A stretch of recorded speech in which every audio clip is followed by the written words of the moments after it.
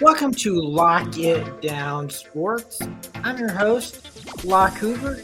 As always, you can follow me on Twitter at Lock It Up Media. That's Lock It Up Media on Twitter. You can also check us out at E5280 Sports. That's E5280 Sports. And today on this show, where is Tennessee as a program?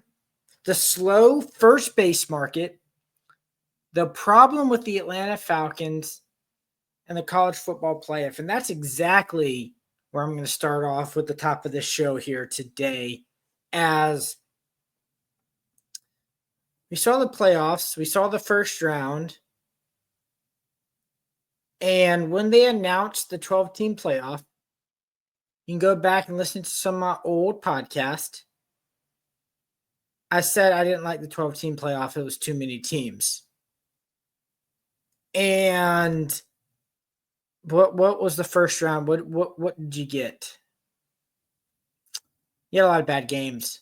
There wasn't a single good, close first-round game. I mean, there were 12 teams because there had to be 12 teams. You could have, if you want to expand it, you could have easily left it at 8, as there wasn't a single good game. And I thought the only good game in the first round was going to be Ohio State, Tennessee.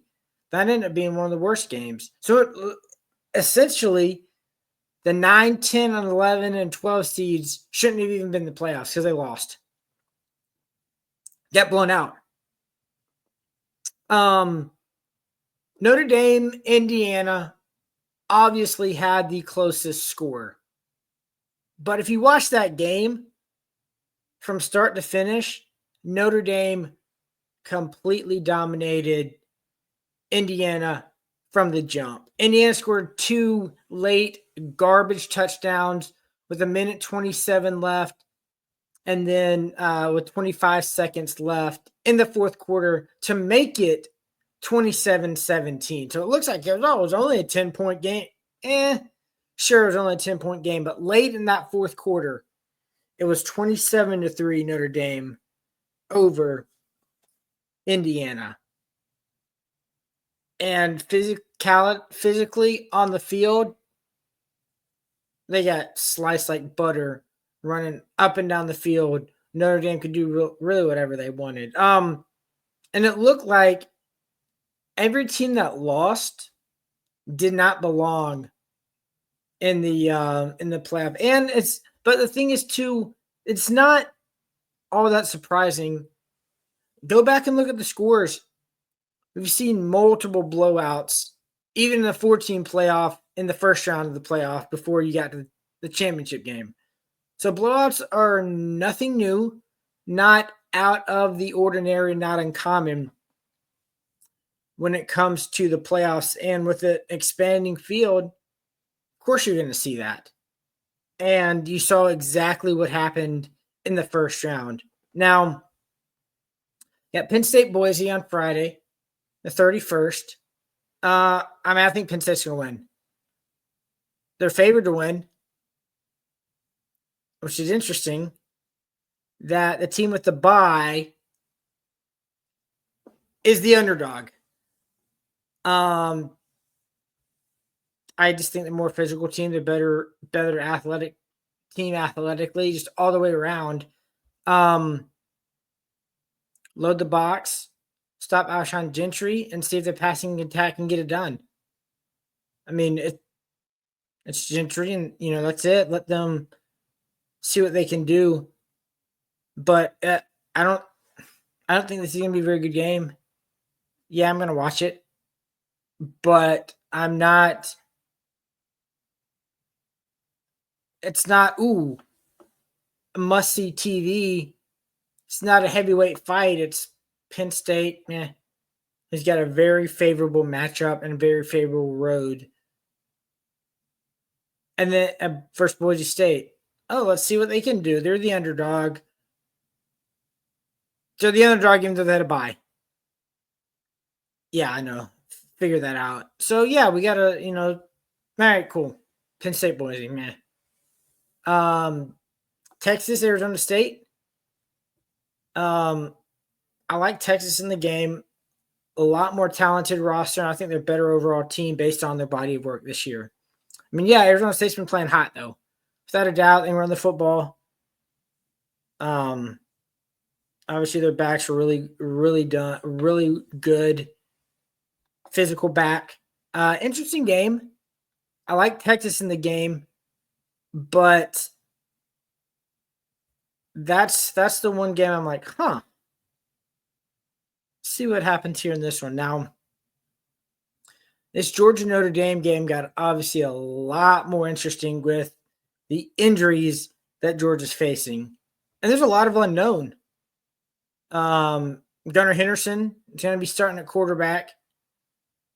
He really only played a half of football because Georgia really didn't blow out a whole lot of teams this year. So, yeah, I mean, obviously he got a little bit of work in non-conference games. But he had a half of football against Texas. A lot of easy plays, a lot of running plays. Georgia's going to have to get the ground game going. I still like Georgia in this game. And then I think more so than earlier in the year, Georgia can't fall behind. They can't play slow. They can't fall behind by 10, 14 points like we've seen them this season against Ole Miss, against Alabama. Even they got behind against Kentucky, able to pull it out. But with Gunnar Henderson, you're probably going to be a little bit more conservative play calling. You can't get behind. And if they do, how confident are you to open up the playbook, and how is Gunnar Henderson going to respond? You don't know that. You've seen Carson Beck do it. But Gunnar Henderson's really played a half of football against Texas, and you already had the lead. So it was be smart and rely on your defense. That was the game plan. Safe plays against Texas for the half, and they won. So I think it's going to be a lot more conservative. Yeah, they've had more time to prep. He's got more reps, had 2 weeks to prepare, but still, practice doesn't equate for live game action at all. Personally, I think Notre Dame's a little overrated per usual, because that's just Notre Dame every year, all the time. We've seen their track record playing big games against good schools. They've lost, and I don't see why this would be any different, really. Solid to okay schedule. Beat a okay Texas A&M school, but this one I'm intrigued on, and that's Oregon Ohio State. Like, this is the heavyweight matchup, and I think the winner of this is going to the national championship game. The Ohio State team from last weekend Tennessee game could win a title, especially if everything clicks the way it had and did for them in that game. That's a good football team. And then you've got Oregon. Oh, yeah, interesting enough, Ohio State's favored in the game. Even though they lost to Oregon in Eugene earlier in the season. Obviously, it's in the Rose Bowl, this matchup. But Oregon, to me, has been the best team all year. They've looked sharp. They've looked the best. Well-run offense. I like Oregon, but it wouldn't surprise me if Ohio State won. It's going to be a battle, and that's to me is the most exciting game of the playoff schedule that we have remaining so far. One of them will get Texas and Arizona State, and then I think they'll be in the national championship game against Georgia or Penn State. So it should be a fun one, and we'll see what happens on January 1st as that's when all the playoffs games are going to be, except for Penn State and Boise, who's on the 31st that night. Now, something we just saw, speaking of Ohio State, was their opponent in the game, and that's the team in orange, Knoxville, in Knoxville, and that's Tennessee. And where are they as a program? What is Tennessee right now? Going into the season, I think you've heard me. I said if they went 10-2, make it to the playoffs, everything else would be gravy. And that was their ceiling, to make it to the playoff. No, I didn't have losing to Arkansas as as one of the losses, but at this point, see here and there. You finish the season 10-2, you're in the playoff, and that was your ceiling to me. Everything else, it was to see what happened, and it's a building block. It's another step. It's another notch on the belt. Another process and progress for this Tennessee team. And I think the last 2 years, maybe even 3 years, but I'd say definitely the last 2 years, I think Tennessee's at the point where they can beat anyone in the country at home. Anyone in the country at home. And the last 3 years under Heupel, they're a 10-win team. 10-win program. Yes, they haven't cracked the Georgia code even at home yet. But that's the only team that haven't really cracked the code at home or away, obviously, but definitely not at home. But any team coming in, if it's at home, I like their chances. I do. And that's something. That matters. Protecting your home turf. You get the fans fired up. You get the fans, they're loud. They're excited. They're there supporting you. Home field advantage, home field environment are really important. That matters. Like I said, 10-win program under Heupel now. And that hasn't been the case since Fulmer. So that's like the bare minimum now. That's the expectation. 10-win team. And you see what happens. Your redshirt freshman quarterback, first year starting, leads you to the playoffs, and I think he will only get better. I mean, why not? If he doesn't get any better, then you gotta take a deep look at your quarterback's coach, your offensive coordinator, your receiving coach, and evaluate some things. If he doesn't get better, that's a wait and see. He should get better, though, just playing more redshirt freshman, highly touted, very talented quarterback.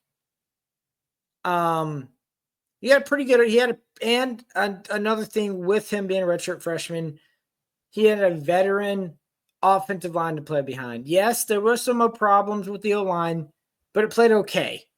And I think that's good. He's veteran offensive line.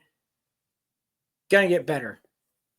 Him as a player. But on the offensive end, there were some issues. Only two conference games where he threw for over 200 yards. It's a little bit concerning. But definitely needs to be some improvement, not just with him. As we got to get better on the O-line. We saw that at times this year, and then definitely their Ohio State game, and definitely improve the receiving core during this portal season. He brought in Hyperdrome, 2-3 guys in this year's class. Got 2 4 and 5-star guys out of last year's class are going to be sophomores this year. With your returning guys, with Squirrel coming back, with Brazel coming back. But talking about that receiving core, Nico had 291 drop passing yards this year from receivers. And we saw that. The deep passes, chunk plays. We saw, yes, some issues were Nico, absolutely. Others were the receivers dropping passes and accounted for 291 drop passing yards. That's telling. Yeah, drops are going to happen, of course.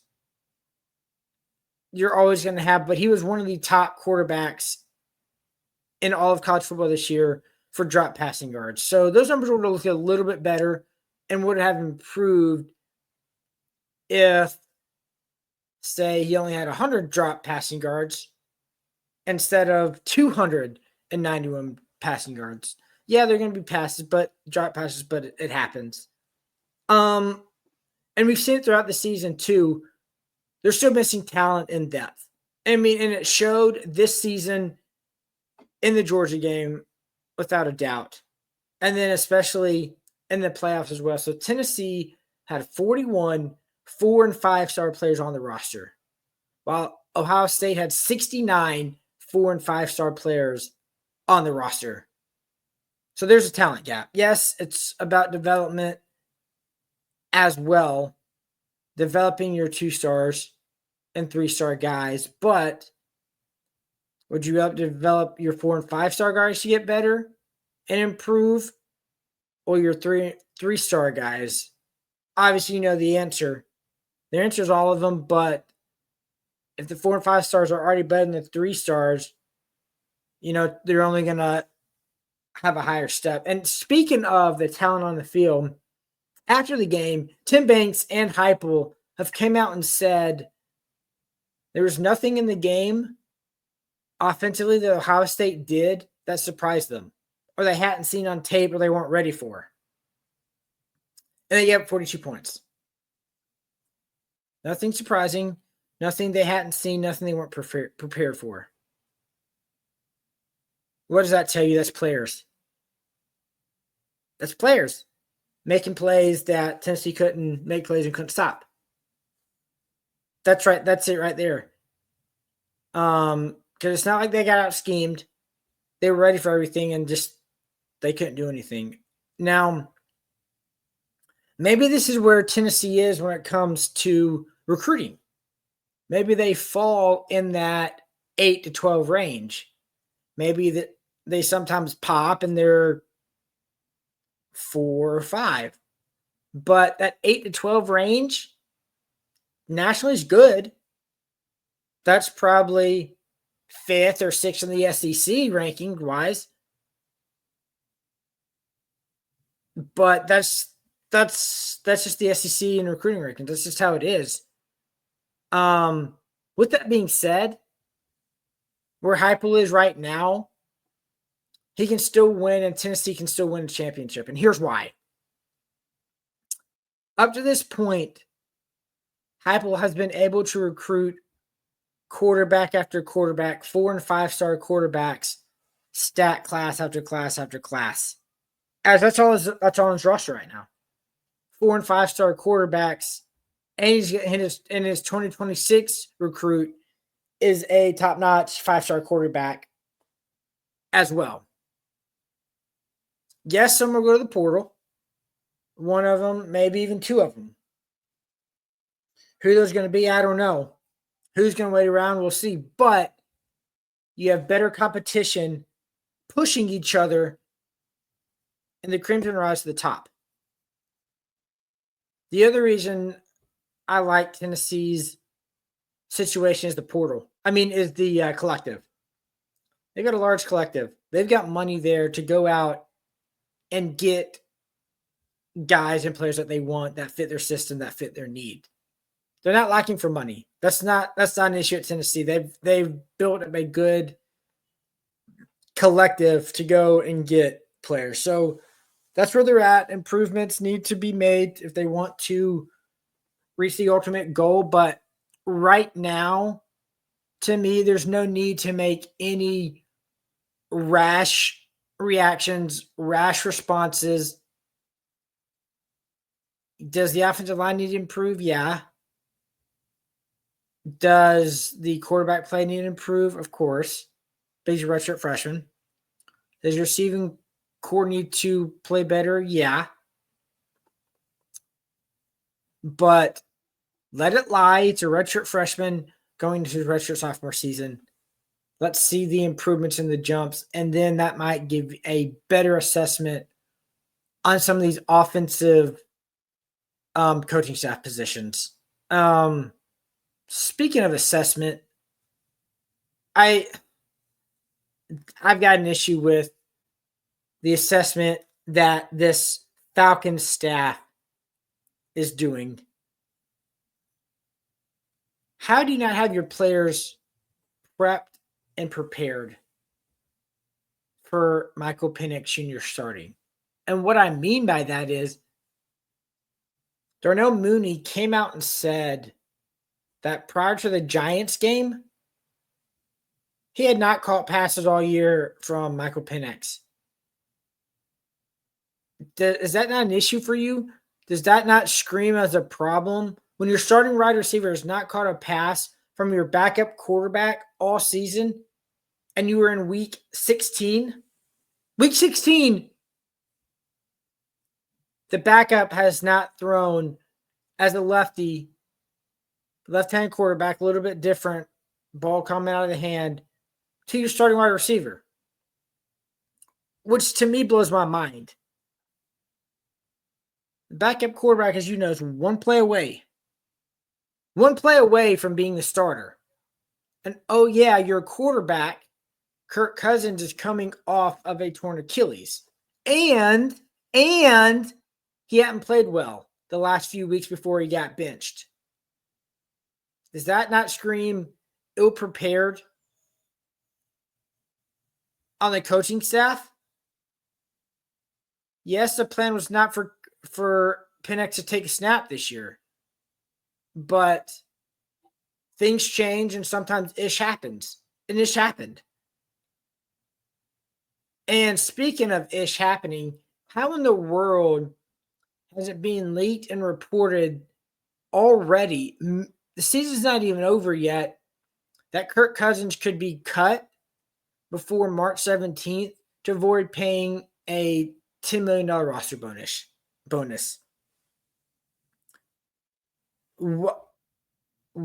First off, why is that being leaked? Second off, how is that being leaked? If this is true, the Falcons have lost almost all in any leverage of even remotely trying to trade him for a 4th, 5th, 6th, 7th round pick, something late. Hopefully you can get a 3rd, But it's an interesting spot to be in because where the Falcons are, it's like you can't go back to him. You're not going back to him, Kirk Cousins, unless Penix gets hurt. I mean, Penix is your guy. You started him. Okay, here we go. Here's where we're at.